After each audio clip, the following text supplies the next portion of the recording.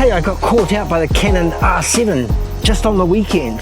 And I'm not suggesting that you're as dopey as I am, but if you want to find out if you are, feel free to watch on. Well, in the Canon R7, as you may know, as in a lot of mirrorless cameras these days, there's the option to have an electronic shutter instead of the mechanical shutter.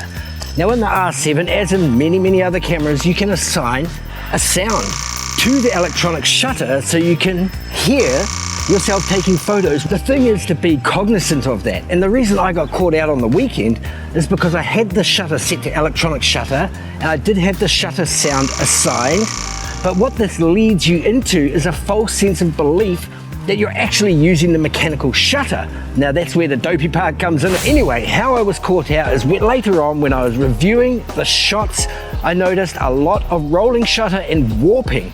And as you may know, that is particularly vulnerable when you're using the electronic shutter and is vastly reduced when you're using the mechanical shutter. So just a cautionary point here that if you do assign a shutter sound to the electronic shutter, to not fall into the false sense of belief that you're going to get the performance of the mechanical shutter, because of course you're not using the mechanical shutter.